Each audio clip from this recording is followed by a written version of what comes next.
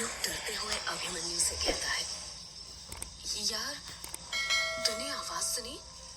अभिमन्यु हैरानी के साथ पूछता है, कैसी आवाज? यार लड़की की आवाज। अभिमन्यु चिढ़ते हुए कहता है, यार ये तूने क्या जब से लड़की की आवाज लगा कर रखा है? जब से यहाँ पर आया है कह रहा है लड़की की आवाज, लड़की की आवाज। किस लड़की की आवाज की बात कर रहा है तू? यार पता नहीं, पर सच में मैंने 2-3 बार किसी लड़की की आवाज सुनी। लगता है तेरे कान ना कुछ ज्यादा ही बज रहे हैं। ये बता, तू रास्ते भर कान में हेडफोन डालकर गाने सुनते हुए आया है ना? हाँ, पर ये बात तुझे कैसे पता? यार तभी तो तुझे आवाज सुनाई दे रही है। होता क्या है ना, जब भी हम 3-4 घंटे तक लगातार गाने सुनते हैं ना, तो उनके बोल हमें याद रह जाते हैं और वही बोल हमारे कानों में गूंजने लग जाते हैं। यार पर युग कुछ बोल पाता उससे पहले ही अभिमन्यु कहता है, परवर छोड़ यार, तब से कह रहा था कि ग्रेवयार्ड कोठी जाना है और अब ताला खुल गया तो बाहर खड़ा हुआ है। कोई शुभ मुहूर्त का इंतजार कर रहा है क्या?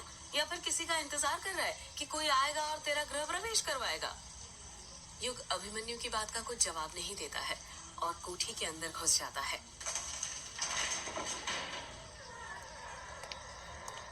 कोठी के अंदर लाइट नहीं थी, हर तरफ अंधेरा ही अंधेरा था। इतना अंधेरा कि कुछ दिखाई नहीं दे रहा था। अभिमन्यु कोठी के अंदर घुसते हुए कहता है, यार यहाँ पर तो बहुत अंधेरा है। ऐसा लग रहा है जैसे किसी अंधेर नगरी में आ गए हो। युग अपने मोबाइल का टॉर्च ऑन कर लेता है। अपना बचपन कोठी में ही गुजारने के कारण युग को पता था कि लाइट का स्विच कहाँ पर है। कुछ ही देर में युग को लाइट का स्विच मिल जाता है और वो जैसे ही स्विच दबाता है, कोठी के अंदर चारों तरफ उजाला हो जाता है। कोठी रोशनी से जगमगा उठती है। अभिमन्यु हैलोजन के बल्ब को देखते हुए कहता है, यार तुमने एक चीज नोटिस की? युग हैरानी के साथ पूछता है, कौन सी चीज? यही यार कि ये कोठी 13 सालों से बंद थी, पर तू खुद देख, लाइट का कनेक्शन अभी तक काम कर रहा है। ऐसा कैसे हो सकता है? युग कुछ सोचते हुए कहता है, हो सकता है लाइट का कनेक्शन बिजली विभाग वालों ने काटा ही ना हो। अभिमन्यु फटाक से पूछता है, और वो क्यों? क्योंकि उनके मन में भी यक्षिणी का खौफ होगा और वो यहाँ पर आने से डरते होंगे, इसलिए उन्होंने लाइट का कनेक्शन काटा ही नहीं होगा। अभिमन्यु युग की बात का कुछ जवाब नहीं देता, क्योंकि उसे युग की बात बिल्कुल ठीक लगी थी। वो कोठी को देखने लग जाता है। 13 सालों से कोठी बंद होने के कारण हर जगह धूल ही धूल थी। मकड़ी ने कई सारे जाले बनाकर रखे हुए थे। कोठी के अंदर 2 बड़े से गुंबद बने हुए थे, जो कोठी की खूबसूरती को 4 चांद लगा रहे थे। कोठी की सीढ़ियां संगमरमर से बनी हुई थी। हॉल में बर्माटिक और बेजिलियम के बड़े बड़े झूमर थे। कोठी का फर्नीचर मोहगनी की लकड़ी का था। दीवारों पर कई कलाकृतियां बनी हुई थी, जिसकी सजावट के लिए तलवारें, रस्सी, कुल्हाड़ी, अलग अलग चीजें टंगी हुई थी, जो काफी पुराने जमाने की थी। उन पुरानी चीजों को देखकर ऐसा लगता था कि हर एक चीज के पीछे कोई ना कोई कहानी छुपी हुई थी। अभिमन्यु कोठी के चारों तरफ अपनी नजरें घुमाते हुए कहता है, यार ये ग्रेवयार्ड कोठी अंदर से तो बहुत आलीशान है। इतनी पुरानी इमारत है, पर देख, ऐसा लगता है कि जैसे अभी 1-2 साल पहले ही बनाई गई हो। कुछ भी बोलो यार, ये अंग्रेज लोग ना काम एकदम बढ़िया करते हैं। इतना बढ़िया कि सालों साल तक चले। मेरी तो समझ में ही नहीं आ रहा कि तेरे रिश्तेदारों ने इतनी अच्छी कोठी इतने सालों से बंद क्यों रखी थी। युग अभिमन्यु के सवाल का कुछ जवाब नहीं देता है और वो गौर से कोठी का कोना कोना देख रहा था। उसे देखकर ऐसा लग रहा था कि कोठी को देखकर उसके बचपन की यादें ताजा हो गई हो।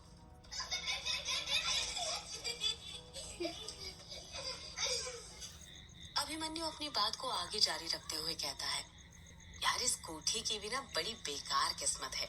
1-2 हफ्ते बाद अपने वेकेशन खत्म करके तू तो यहाँ से चला जाएगा और फिर इतनी प्यारी कोठी फिर से बंद हो जाएगी। मैं कहाँ जाऊंगा?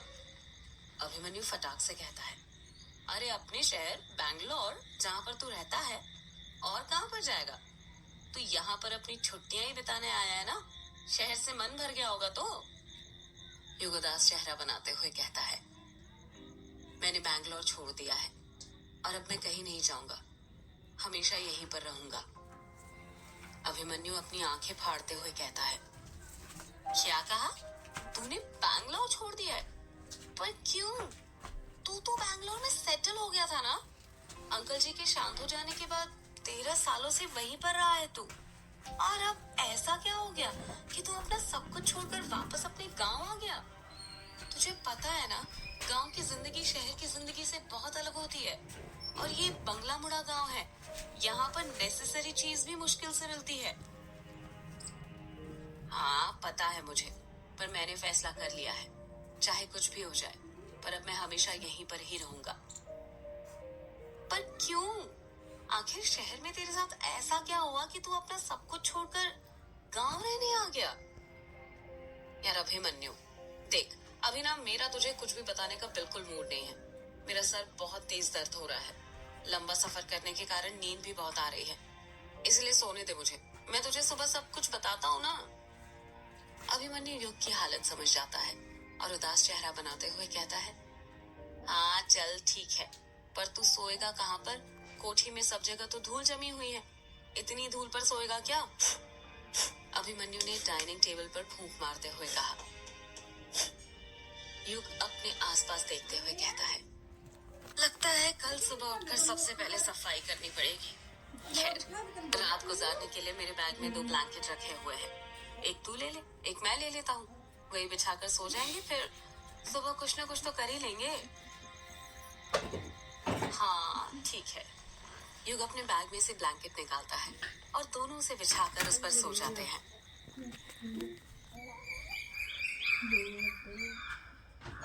सुबह हो गई थी और सुबह के 7 बज रहे थे। अभिमन्यु अभी तक गहरी नींद में सो रहा था, तभी मुर्गे के बाग देने की आवाज सुनाई देती है और अभिमन्यु की नींद खुल जाती है। अभिमन्यु उबासे लेते हुए अपनी आंखें खोलता है और जब वो अपनी आंखें खोलता है तो हक्का पक्का रह जाता है। वो देखता है कि उसके बगल में युग नहीं सो रहा था। अभिमन्यु हैरान हो जाता है और सोचने लगता है, ये युग कहाँ चले गया सुबह उठते से? रात में तो यहीं पर सोया था मेरे साथ। अभिमन्यु युग को कोठी में ढूंढने लग जाता है और आवाज लगाते हुए कहता है, युग, ओ युग, कहाँ पर है तू? अभिमन्यु युग को बार बार आवाज लगाए जा रहा था, पर उसका कोई जवाब नहीं आ रहा था। अभिमन्यु ने नीचे के सारे कमरों में युग को ढूंढ लिया था, पर वो कहीं भी उसे मिल नहीं रहा था। अभिमन्यु परेशान हो गया था। अभिमन्यु युग को ढूंढते ढूंढते संगमरमर की सीढ़ियां चढ़कर ऊपर वाले कमरे की तरफ जाने लग जाता है। जब वो वहां पर पहुंचता है तो देखता है कि सीढ़ियों के जस्ट ऊपर ही एक बड़ी सी खिड़की थी जहां पर युग खड़ा हुआ था। अभिमन्यु युग से कहता है, युग, तू यहाँ पर क्या कर रहा है? और मैं कब से तुझे आवाज लगा रहा हूँ, तू कुछ जवाब क्यों नहीं दे रहा? युग अभी भी अभिमन्यु के सवाल का कुछ जवाब नहीं दे रहा था। वो बड़ी ही गंभीरता के साथ खिड़की से बाहर झांक रहा था। उसको देखकर ऐसा लग रहा था जैसे वो किसी सोच में खोया हुआ हो। अभिमन्यु युग को हिलाते हुए कहता है, युग, ओ युग, तू ठीक है? कहाँ पर खो गया? अभिमन्यु के हिलाने पर युग अपने ख्यालों की दुनिया से बाहर आ जाता है और कहता है, अरे अभिमन्यु, तो उठ गया? हाँ मैं तो उठ गया, पर तू यहाँ पर क्या कर रहा है और कुछ जवाब क्यों नहीं दे रहा? युग खिड़की से बाहर की तरफ इशारा करते हुए कहता है, वो देख।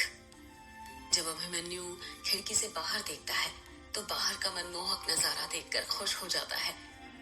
कोठी की खिड़की से किश्नोई नदी साफ नजर आ रही थी जो शांति के साथ बह रही थी। साथ में काला झाड़ी का जंगल भी नजर आ रहा था जो दूर तक फैला हुआ था। नदी काफी चौड़ी थी जिस कारण वो पूरी नजर नहीं आ रही थी।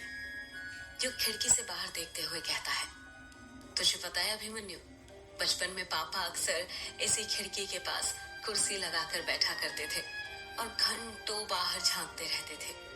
माँ के कहने पर भी पापा नहीं उठते थे और जब माँ पापा से पूछती थी कि बाहर क्या देख रहे हो तो पापा मजाक से कहते, तुम्हारी 100 टन का इंतजार कर रहा हूँ कि कब वो नदी के पास आए और कब मुझे इशारा करके बुलाए और फिर कब मैं उसके पास चला जाऊं। इसी बात पर पापा मम्मी की प्यार भरी नोकझोंक होते रहती थी। ये बात कहते कहते युग की आंखों में आंसू आ जाते हैं। युग अपनी बात को आगे जारी रखते हुए कहता है, अभिमन्यु, तुझे पता है, जब खुशी के पल यादों में तब्दील हो जाते हैं और हमें पता चलता है कि वो खुशी के पल कभी लौटकर वापस नहीं आने वाले, तो वही खुशी के पल हमें सबसे ज्यादा दर्द पहुंचाते हैं। अभिमन्यु युग के कंधे पर हाथ रखते हुए कहता है, यार युग, संभाल अपने आप को। मैं समझ सकता हूँ तेरा दर्द, पर बीती बातों को याद करके उस पर आंसू बहाने का कोई मतलब नहीं। भूल जा पुरानी यादों को और एक नई उम्मीद के साथ जिंदगी में आगे बढ़, समझा?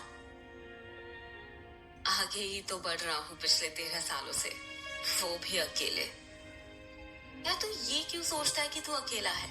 मैं हूं ना तेरे साथ, और दोस्त लोग भी तो परिवार के सदस्य की तरह होते हैं ना।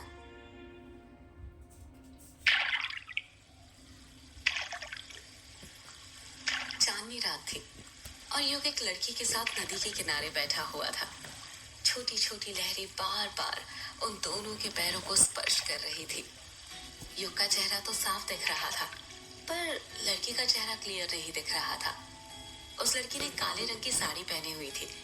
उसने अपना सिर युग के कंधों पर रखा हुआ था। दोनों ही एक दूसरे से चिपक कर बैठे हुए थे।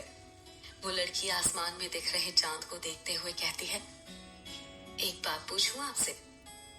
युग प्यार से कहता है, हाँ पूछो ना, इसमें इतना हिचकिचाने वाली क्या बात है? आप मुझे भूलोगे तो नहीं ना?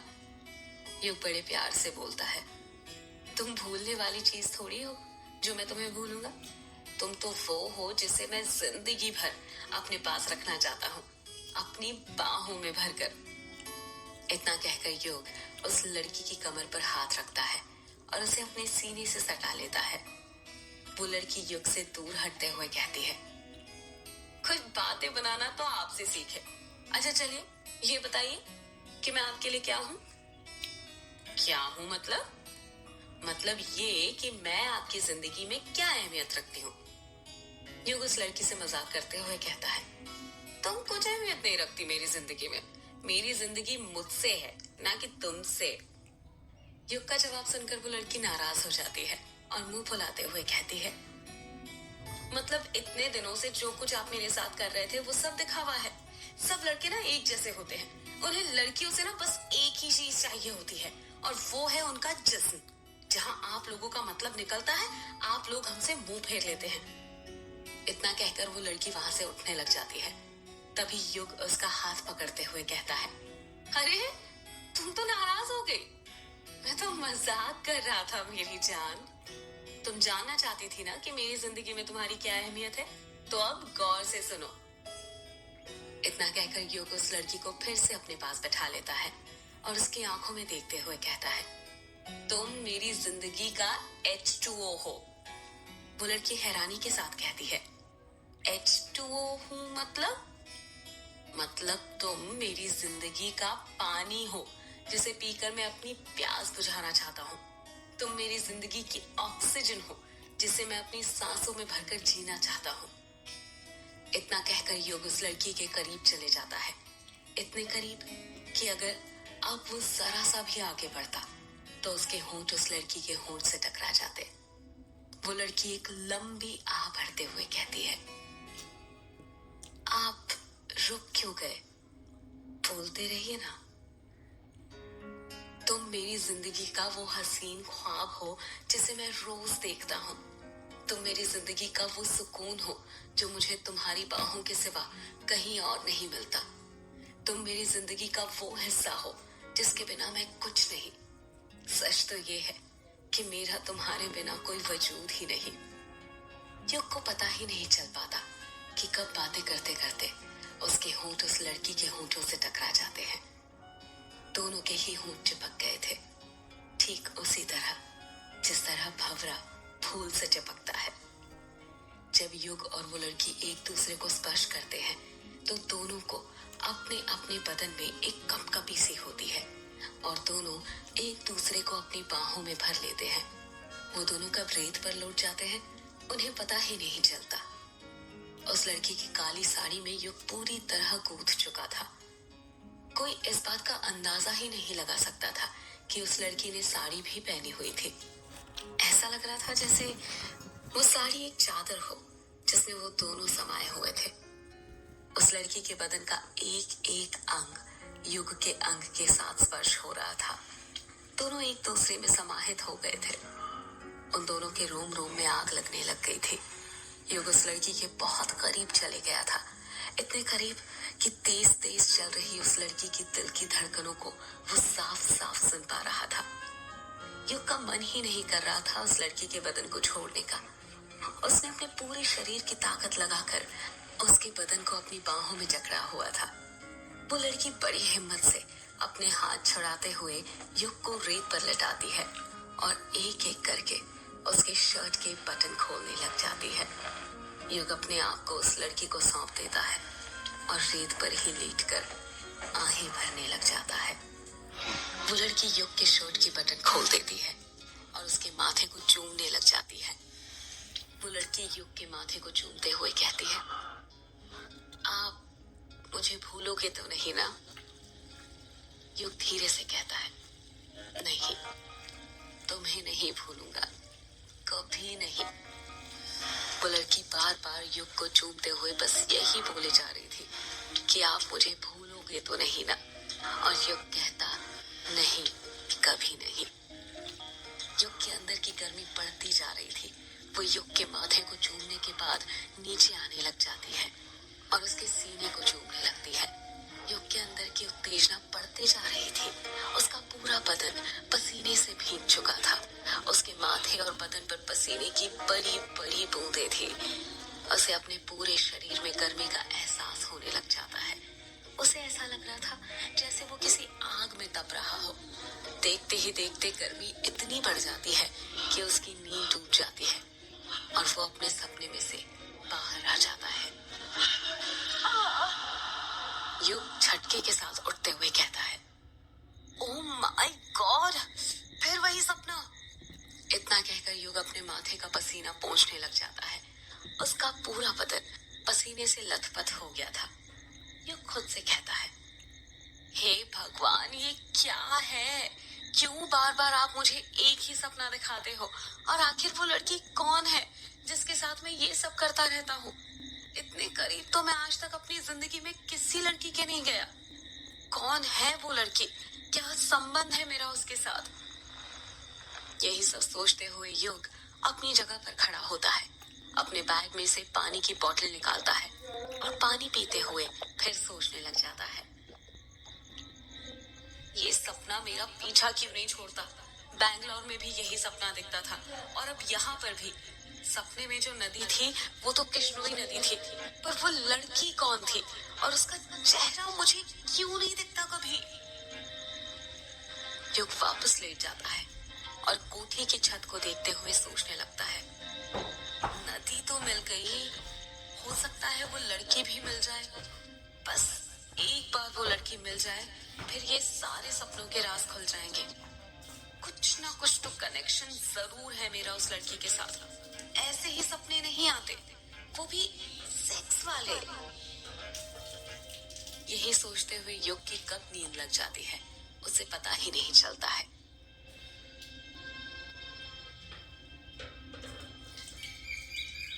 सुबह हो गई थी और सुबह के 7 बज रहे थे।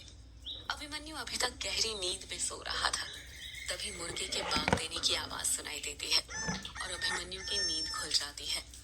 अभिमन्यु उबासी लेते हुए अपनी आंखें खोलता है और देखता है कि युग उससे पहले ही उठकर बैठा हुआ था और कुछ सोच रहा था। अभिमन्यु हैरानी के साथ कहता है, अरे युग, तू कब उठ गया और सुबह सुबह इतनी गहराई के साथ क्या सोचने लग गया? पहले तो युग के मन में आया कि वो उसे अपने सपने के बारे में बताए। फिर अगले ही पल उसने सोचा कहीं अभिमन्यु उसे पागल ना समझ ले, इसलिए उसने कहा, कुछ नहीं यार, बस ऐसे ही बैठा हुआ था। अभिमन्यु अचानक से कहता है, वैसे तूने बताया नहीं। युग हैरानी के साथ पूछता है। क्या नहीं बताया? यही कि तूने बैंगलोर क्यों छोड़ दिया। तेरा यहाँ पर आने का मकसद क्या है? यार मैंने बैंगलोर को नहीं छोड़ा है, बल्कि बैंगलोर ने मुझे छोड़ दिया है। मतलब? मैं कुछ समझा नहीं। तू साफ साफ बताएगा बताना क्या चाहता है? मतलब ये कि मेरी बैंगलोर में जो जॉब थी वो चली गई। अभिमन्यु शॉक्ड होते हुए कहता है। क्या कहा? जॉब चली गई? पर कैसे? युग चुप रहता है, कुछ जवाब नहीं देता। अभिमन्यु युग पर दबाव बनाते हुए पूछता है। अरे तू चुप क्यों है, बताना। आखिर तेरी जॉब कैसे चली गई? युग लंबी सांस लेते हुए कहता है। मुझे कंपनी ज्वाइन किए हुए 1 साल ही हुआ था। सब कुछ ठीक चल रहा था। ऐसा लग रहा था कि लाइफ सेट हो गई और इसी कंपनी में फ्यूचर सेट हो जाएगा। पर जैसा हम सोचते हैं वैसा होता कहाँ है। होता भी कैसे? अगर जिंदगी में सब चीजें हमारे मुताबिक होने लगे तो उसे जिंदगी नहीं, कोई फिल्म की कहानी कहते हैं। अभिमन्यु बीच में ही युग को टोकते हुए कहता है। यार तू बातें घुमा मत, हाँ? सीधे सीधे बता हुआ क्या है?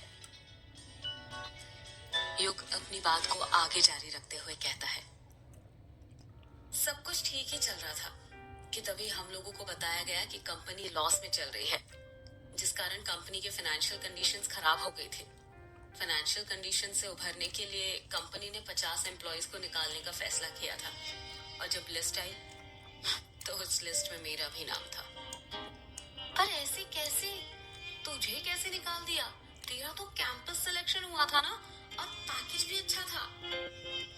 हाँ, पर तुझे पता है मेरी फील्ड इलेक्ट्रिकल और इलेक्ट्रॉनिक्स थी, पर साले काम कोडिंग का कराते थे, पूरा घिस के रख देते थे। इतना परेशान करते थे कि आप खुद जॉब छोड़ दे या फिर खराब परफॉर्मेंस करने की वजह से आपको वो खुद निकाल दे। तुझे पता है ये कंपनी और कॉलेज वालों के बीच एक बहुत बड़ी सेटिंग होती है। क्या कहा? सेटिंग होती है? कैसी सेटिंग? देख मैं बताता हूँ। कंपनियां हर साल कॉलेज में आती है, जिससे कॉलेज का नाम होता है और हर साल नए एडमिशन्स होते हैं। पर क्या कभी तूने ये सोचा है कि जो कंपनियां आती है और हर साल कभी 100 तो कभी 200 स्टूडेंट्स का सिलेक्शन करती है, उनको किन की जगह पर रखा जाता है? किन की जगह पर? उन एम्प्लॉयज की जगह पर जिनको पिछले साल कैंपस सिलेक्शन करके लाया गया था। यही सिलसिला चलता जाता है और कॉलेज और कंपनियों वालों का धंधा चलता रहता है। पर साले ये नहीं सोचते कि जिनको उन्होंने जॉब से निकाल दिया उनका तो 1 साल खराब हो गया ना। वो तो इसी उम्मीद से थे कि अब पूरी जिंदगी उन्हें कंपनीज के साथ काम करना है। चल ये सब तो ठीक है, इसमें कॉलेज और कंपनीज वालों का दोष था। तेरी बात समझ रहा हूँ मैं, पर फिर तूने दूसरी कंपनी में कोई जॉब के लिए अप्लाई क्यों नहीं किया? ऐसा तो था नहीं कि दुनिया में बस एक ही कंपनी है, और तू गवर्नमेंट जॉब के लिए भी तो ट्राई कर सकता था ना। तुझे क्या लगता है मैं बेवकूफ हूँ? पिछले 1.5 साल से दोनों जगह ट्राई ही तो कर रहा हूँ, पर कुछ हो ही नहीं रहा। जॉब हलवा थोड़ी है कि यूं ही मिल जाए। मिलती भी है तो काम की नहीं मिलती, ऊपर से पेमेंट कम। मतलब ये कि तुझे जॉब से 1.5 साल पहले निकाल दिया गया है। हाँ, पिछले 1.5 साल से जॉब ढूंढ रहा हूँ और जॉब पाने के लिए कोचिंग भी ज्वाइन करी, पर कुछ काम नहीं आया। बल्कि उसी चक्कर में सारी सेविंग्स भी खत्म हो गई। हालात इतने खराब हो गए कि बैंगलोर छोड़कर गांव आना पड़ा। लोग जॉब करने के लिए गांव छोड़कर शहर जाते हैं, पर तू पहला ऐसा शख्स है जो शहर छोड़कर गांव आया है। बता फिर क्या सोचा है? यहाँ गांव में आकर क्या करने वाला है तू? युग कुछ जवाब नहीं देता। अभिमन्यु युग पर दबाव बनाते हुए पूछता है। बता यार, यहाँ गांव में क्या करने वाला है? मैंने गांव में एक स्टार्टअप खोलने का फैसला किया है। कैसा स्टार्टअप?